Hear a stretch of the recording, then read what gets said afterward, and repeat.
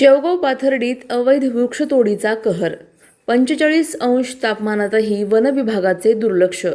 लाकूड तस्करीला संरक्षण मिळत असल्याची नागरिकांमध्ये चर्चा. राज्यात सध्या तीव्र उष्णतेची लाट सुरू असून तापमानाचा पारा 45 अंशाच्या पुढे पोहोचला आहे. प्रचंड उकाड्यामुळे नागरिक हैराण झाले असताना शेवगाव पाथर्डी तालुक्यात सुरू असलेल्या मोठ्या प्रमाणातील अवैध वृक्षतोडीमुळे पर्यावरणाचा समतोल गंभीर धोक्यात आला आहे. आधीच दुष्काळी परिस्थिती आणि अल्प वृक्षसंख्या असलेल्या या भागात बेसुमार वृक्षतोड सुरू असताना संबंधित वन विभागाकडून जाणीवपूर्वक दुर्लक्ष केले जात असल्याचा आरोप नागरिक आणि पर्यावरण प्रेमींनी केला आहे. शेवगाव पाथर्डी तसेच परिसरातील ग्रामीण भागांमध्ये रात्रीच्या वेळी मोठ्या प्रमाणावर झाडांची कत्तल होत असल्याची माहिती समोर येत आहे. अनेक वर्षांपासून उभे असलेले सावलीदार वृक्ष, फळझाडे तसेच औषधी गुणधर्म असलेली झाडे सर्रास तोडली जात आहेत. काही ठिकाणी मौल्यवान वृक्षही अवैधरित्या कापून त्यांची शहराकडे वाहतूक केली जात असल्याचे नागरिकांकडून सांगितले जात आहे.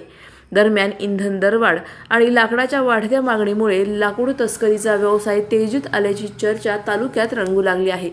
शेवगाव पाथर्डी परिसरातून ट्रॅक्टर, पिकअप आणि इतर वाहनांद्वारे मोठ्या प्रमाणावर लाकूड बाहेर पाठवले जात असल्याचे बोलले जात आहे.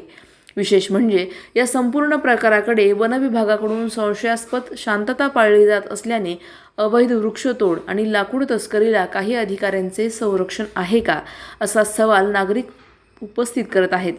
पर्यावरण अभ्यासकांच्या मते सातत्याने होत असलेल्या वृक्षतोडीमुळे तापमानात झपाट्याने वाढ होत असून भूजल पातळी घटणे, पावसाचे असमतोल प्रमाण, जैवविविधतेचा ऱ्हास आणि भविष्यात दुष्काळी परिस्थिती अधिक गंभीर होण्याचा धोका निर्माण झाला आहे. एकीकडे शासन कोट्यवधी रुपये खर्च करून वृक्षारोपण मोहिमा राबवत आहे, तर दुसरीकडे खुलेआम वृक्षतोड होत असताना प्रशासन मौन का बाळगत आहे, असा संतप्त सवाल पर्यावरण प्रेमींनी उपस्थित केला आहे.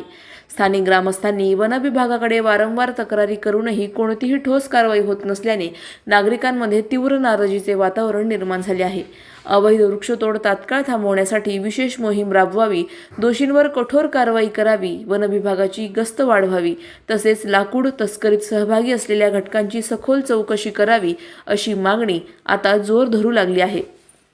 झाडे लावाचा संदेश देणाऱ्या प्रशासनाने आता झाडे वाचवासाठीही तितक्याच कठोरतेने पुढे येण्याची गरज असल्याचे मत नागरिकांकडून व्यक्त होत आहे.